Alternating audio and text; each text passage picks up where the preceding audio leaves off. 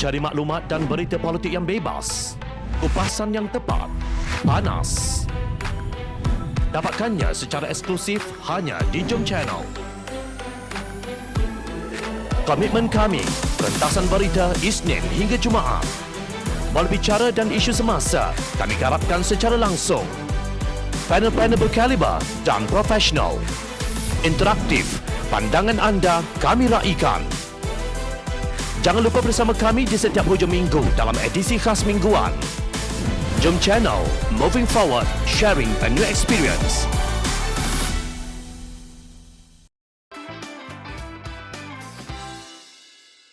Mengapa kita mesti tolak pemimpin korup? Sejak rampasan kuasa melalui langkah Sheraton pada Februari 2020, negara mengalami ketidakstabilan politik hingga kini. Menurut Presiden Amanah Muhammad Sabu, peralihan kuasa telah membawa kesan kepada banyak pihak sehingga berdepan kesukaran hidup hari ini. Bila berlaku perubahan tanpa mengikut mandat rakyat, apa berlaku? Pelabur tidak yakin. Siapa lagi yang berani datang melabur besar-besaran di Malaysia? Anak muda susah mulakan kehidupan. Nak pulihkan kerosakan ini ambil masa 10 hingga 15 tahun. Beliau berkata demikian semasa majlis pelancaran Bilik Operasi Utama Dewan Undangan Negeri Mahkota di Johor baru-baru ini. Menurut beliau, wakil rakyat tidak menghadapi masalah kerana elang dan gaji setiap bulan masih diterima. Sebaliknya yang berdepan masalah adalah rakyat.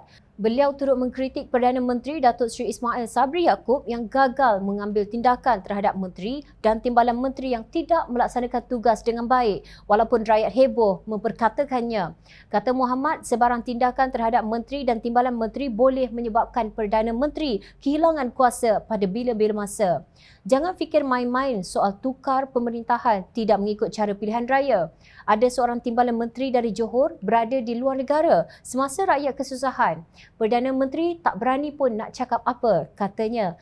Muhammad dipercayai merujuk pada Timbalan Menteri Wilayah Persekutuan Datuk Seri Santara Kumar yang juga ahli Parlimen Segamat yang bercuti selama 55 hari di New Zealand tatkala rakyat sedang dikurung dalam Perintah Kawalan Pergerakan PKP demi menghalang penularan pandemik COVID-19.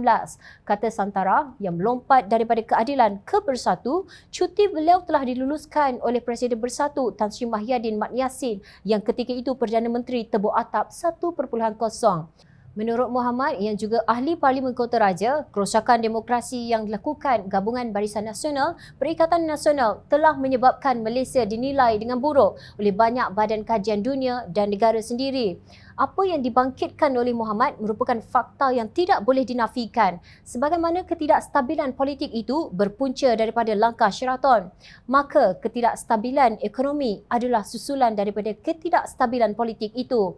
Berdasarkan kepada United Nations Conference on Trade and Development UNCTAD, pelaburan langsung asing FDI ke Malaysia pada 2020 mengalami pengucupan sebanyak 68% berbanding pengucupan purata rantau ASEAN 31% dan global 42%. Fitch Rating menurunkan penarafan kewangan untuk Malaysia dari A- kepada BBB+ yang secara tidak langsung menyebabkan lonjakan terhadap hutang negara.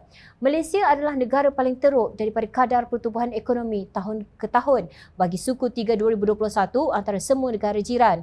Peratusan pertumbuhan ekonomi Indonesia pada Disember 2021 meningkat 3.3%, Singapura meningkat 7.1%, Filipina meningkat 7.7%, Thailand naik 1%, tetapi Malaysia merosot sehingga negatif 4.5%. Akibat pelaksanaan PKP, kerajaan yang tiada hala tuju, 37,415 usahawan kecil dan PKS gulung tikar, 155,000 orang dibuang kerja.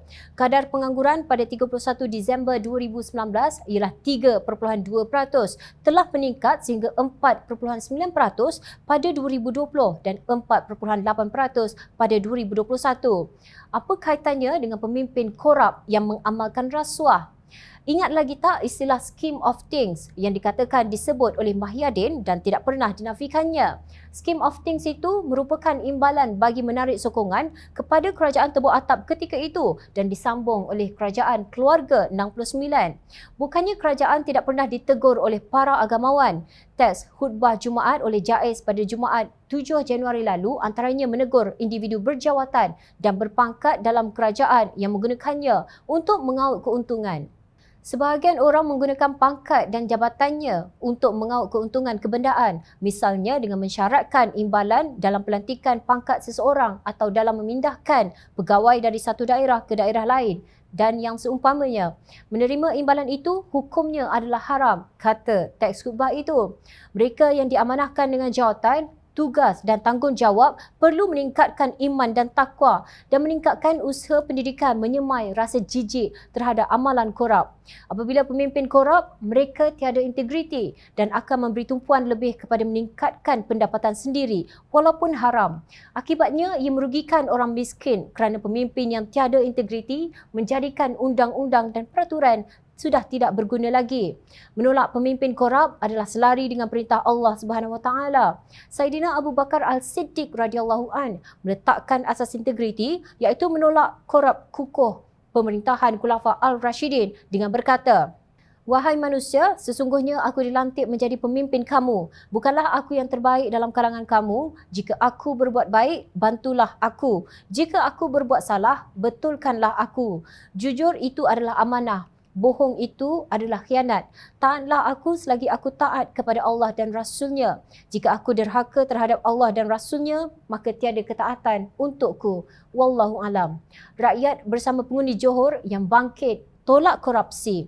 Ini kerana rakyat sentiasa memerhati.